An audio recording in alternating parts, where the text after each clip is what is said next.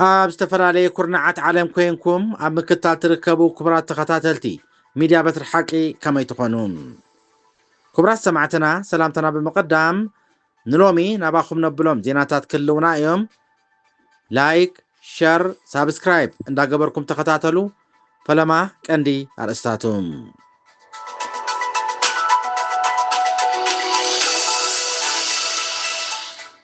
منستر زينا إيرترا نبلسقنا تحلقتون بتري وقيسوم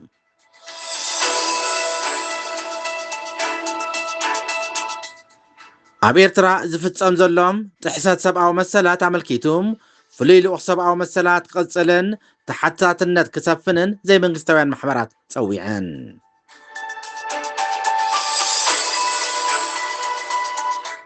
زتقورسات تግራይ ኣብ ሃገራዊ መረፃ ከተሳተፍ ከም ዘይትኽእል ዶክተር ደብረጽዮን ገብረ ሚካኤል ገሊጹ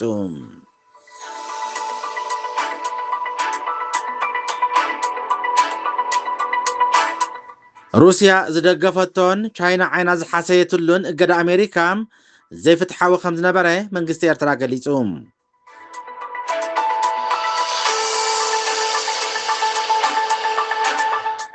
ኢትዮጵያን ኣሜሪካን ክልተኣዊ ናይ ምክልኻል ስምምዓት ተፈራሪመን እዚ ሚድያ በትሪ ሓቂ እዩ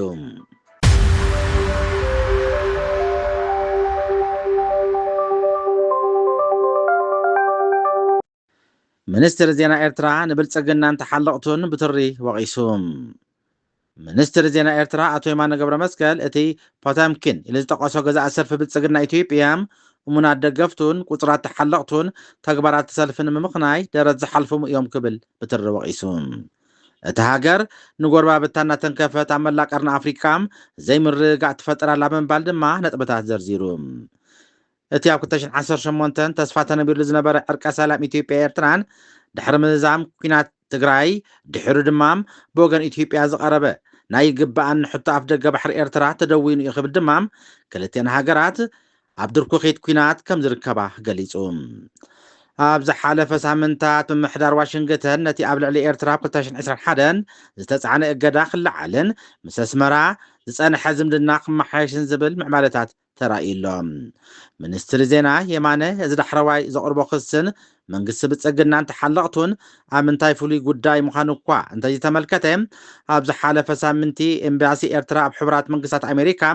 ነቶም መዝገብ ሰብኣዊ መሰላት ኤርትራ ጠቒሶም ነቲ ምምሕያሽ ዝምድና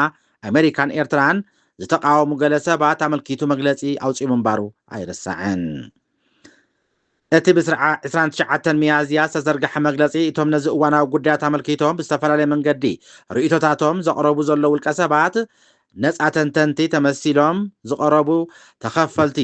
ሉቢታት ምዃኖም ብምጥቃስ ነተፈጢሩ ዘሎ ተስፋታት ንምዝራግ ናብ ዝበለየ ዝተመርፀ ትረኸታቶም ተመሊሶም ጥርጣሬታት ከእትዉ ይፍትኑ ከም ዘለው ወቂሱ ነይሩ እዩ መንግስቲ ኤርትራ ሕማቕ ኣታሓሕዛ ሰብኣዊ መሰላት ዘለዋ ኤርትራ ምርጫ ዘይካየድ ዲሞክራሲያዊ ቁማሞ መንግስቲ ዘይብላ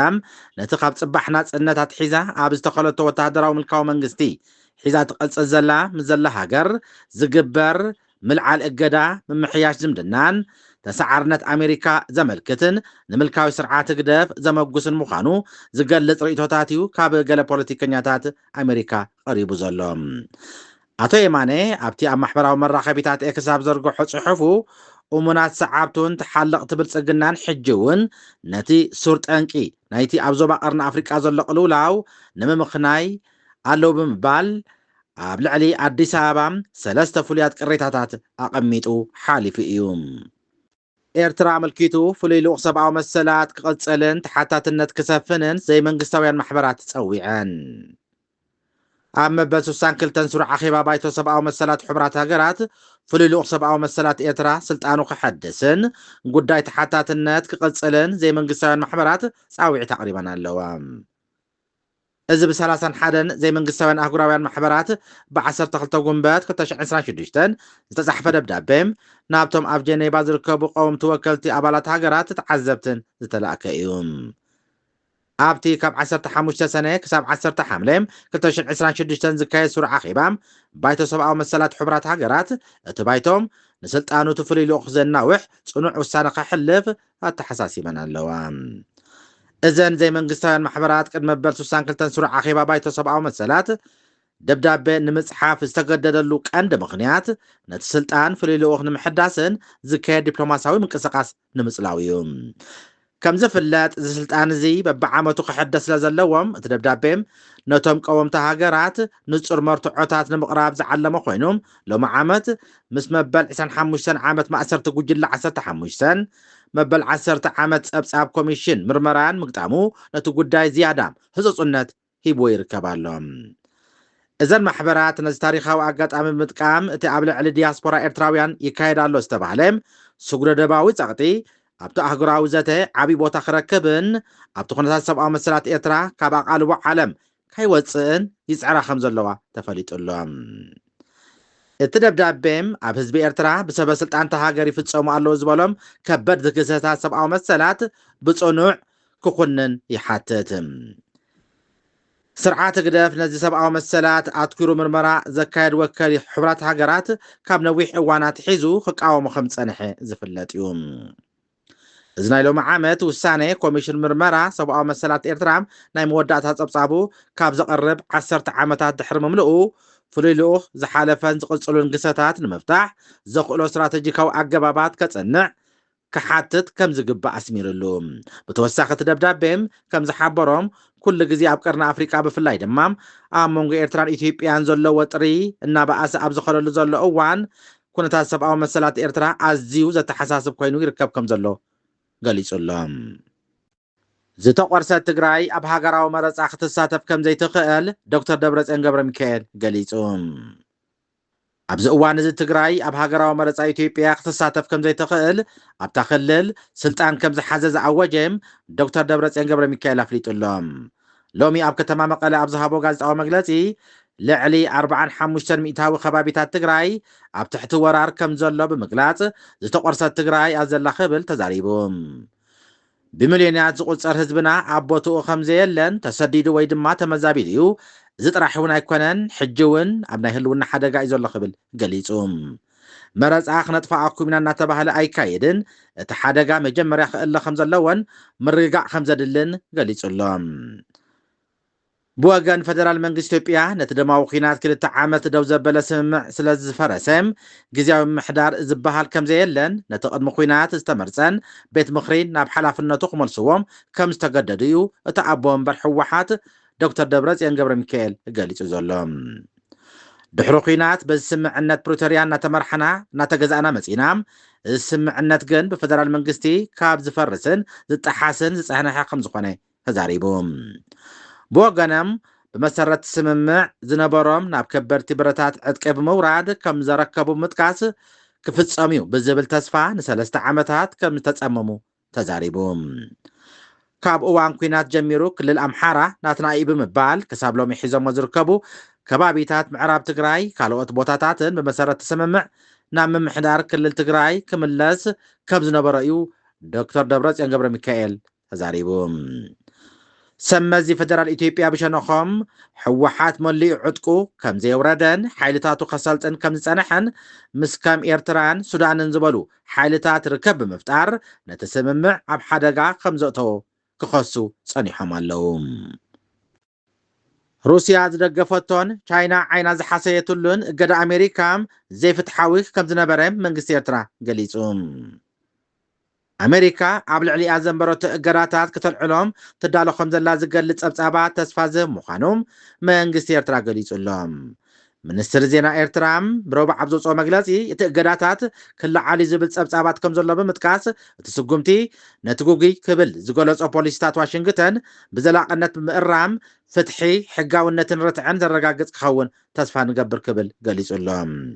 ነቲ እገዳታት ኣብ ምገባዊ ዓለም ክትነቕፎ ጸንሐት ኣስመራ ንፈለማ እዋንያ ብዛዕባ እዚ ናይ ምልዓል ጽንጽንታ ርእይቶ ትህብ ዘላ ምምሕዳር ዶናልድ ትራምፕ ንእገዳ ኤርትራ ከልዕሎ ምዃኖም ሮይተርስ ዝረኣዩ ናይ ውሽጢ ሰነድ መንግስቲ ኣሜሪካ የመልክት እዚ ውሳነ ምስ እቲ ሃገር ኣብ ቀይሕ ባሕሪ ዘለዋ ስትራቴጂካዊ ኣቀማምጣ ዝተሓሓዝ ምዃኑ ተንተንቲ ይገልጹ እቲ ኣብ 2021 ዝተነብረ እገዳ ብቐንዱ ምስቲ ኣብ ትግራይ ዝተኻየደ ኩናት ዝተፈጸመ ግፍዕታት ዝተሓሓዝ ኮይኖም ንሰራዊት ኤርትራ ገዛእ ውድብ ህግደፍ ከምኡ እውን ንሓላፊ ሃገራዊ ድሕነት ኤርትራ ዕላማ ዝገበረ ከም ዝኾነ ክፍለጥ ተኻኢዱሎም እቲ ንምሕዳራት ፕረዚደንት ባራክ ኦባማን ፕረዚደንት ጆን ባይደንን ዝነቅፍ ጋዜጣዊ መግለፂ ሚኒስትር ዜና እቲ እገዳታት ዓሎቕ ምንባሩ ይጠቅስ ኣብ መወዳእታ 2009 ኣብ ቅንያት ክሪስማስ ምምሕዳር ኦባማ ዝፈብረኾን ዝደፍኣሉን ዝኾነ ጭብጢ ወይ መርትዖ ዘይነበሮም ዝኾነ ሕጋዊ መስርሕ ዘይተኸተለ እገዳም ብስም ባይቶ ጸጥታ ሕቡራት ሃገራት ተበይኑ ሞጎታዊ ኩነኔና ሽዑና ጀሚርና ክብል እቲ መግለፂ ወሲኹ ገሊጹሎም ኢትዮጵያን ኣሜሪካን ክልተኣዊ ናይ ምክልኻል ስምምዓት ተፈራሪመን ኣሜሪካን ኢትዮጵያን ኣብ ቀርኒ ኣፍሪቃ ጸጥታን ምርግጋእን ንምድንፋዕ ክልተኣዊ ስምምዓት ከም ዝፈረማ ገሊጸን ጸሓፊ ጉዳያት ኣሜሪካ ማርኮ ሩቢዮን ሚኒስትሪ ጉዳያት ወፃኢ ኢትዮጵያ ጌዲዮን ጢሞቴዎስን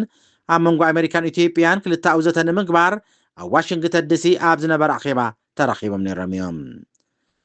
እዚ ኣሜሪካ ኣብ ልዕሊ ኤርትራ ተነቢሩ ዘሎ እገዳም ከም እተልዕሉ ኣብ ዝገለጸሉ እዋን እያ ምስታ ቀንዲ መጻረርቲ ኤርትራ ዝኾነት ኢትዮጵያ ክልተኣዊ ስምምዓት ትገብር ዘላ ኣብ መንጎ ኤርትራን ኢትዮጵያን ብሰንኪታ ኣፍ ደገ ባሕሪ ዘይብላ ኢትዮጵያ ኣብ ጉዳይ ዋንነት ቀይሕ ባሕሪ ብተደጋጋሚ ካብ ቀዳማይ ሚኒስትር ኣብይ ኣሕመድ ጀሚሩ ብዝተፈላለዩ ሰመዝቲ ሃገር ሕቶ ይለዓል ብምህላው እዘን ክልተ ሃገራት ናብ ዳግማይ ኩናት ከይኣትዋ ኣብ ዝስግኣሉ ዘሎ እዋን እዩ ኣሜሪካ ምስ ክልቲአን ሃገራት ዘለዋ ዝምድናታት ተደልድል ዘላ ኣብዚ እዋን እዚ ኣብ ኢራን ዘሎ ውግእን መጻበ ሆርመዝን ቀይሕ ባሕሪ ከም ኣገዳሲ መተሓላለፊ ንግዳዊ መስመር ማእከላይ ባሕርን ኤስያን ኣገዳስነቱ እናዓዘዘ ኣብ ዝመፀሉ እዋን እያ ኣሜሪካ ኣብ ልዕሊ ኤርትራ ዝተነብረ እገዳ ከም እተልዕሎ ትሕብር ዘላ ኩሉ ግዜ ቀይሕ ባሕሪ ንዓለማዊ ቁጠባዊ ወሳኒ እኳ እንተኾነ ዞባ ቀርኒ ኣፍሪቃ ግን ብሰንኪ ውግእ ሱዳን ምስሓብ ሶማልያን ስጋት ግጭት ኢትዮጵያ ኤርትራን ተዳኺሙ ምጽንሑ ዝፍለጥ እዩ ደገፍቲ ኢራን ዝኾኑ ዕጡቃት ሓይልታት ሕቲ የመን መጻቦ በንኤንደብ ክዓጽዎ ምዃኖም ኣብ ዘፈራርሑ ዘሎ እዋን ምስታ ልዕሊ 1100 ኪሎ ሜትር ገማግም ቀይሕ ባሕሪ ዘለዋ ኤርትራ ዝምድና ምምሕያሽ እዋናዊ ስትራቴጂካዊ ስጉምቲ ምዃኑ ክሕበር ጸኒሑ እዩ ብመሰረቱ ሮይተርስ ዘርኣዮ ሰነድ ክፍሊ ጉዳያት ወፃኢ ኣሜሪካ ናብ ዝተፈላለዩ ሃገራት ኣብ ዝለኣኾ መዘክር ኣሜሪካ ነቲ ፕረዚደንት ጆን ባይደን ኣብ 2021 ዝፈረመሉ እገዳ ዘንብር ኣዋጅ ክስርዞ ምዃና ይገልጽ እቲ ኣብ 2021 ዝተነብረ እገዳ ሰፊሕ ኮይኑ ንወተሃደራዊ ትካል ኤርትራ ንገዛእ ሰልፊ ህግደፍ ከምኡውን ንሓላፊ ሃገራዊ ድሕነት ኤርትራ ዝዓለመ እዩ ነይሩ ክቡራት ሰማዕትና ዕለታዊ ዜና ዝመስል ነይሩ ስለምክታልኩም ኣዚና ነመስግን ላይክ ሸር ሳብስክራይብ ኣብ ምግባር ኣይትዘንግዑ ደሓን ሕደሩ ልዋም ለይቲ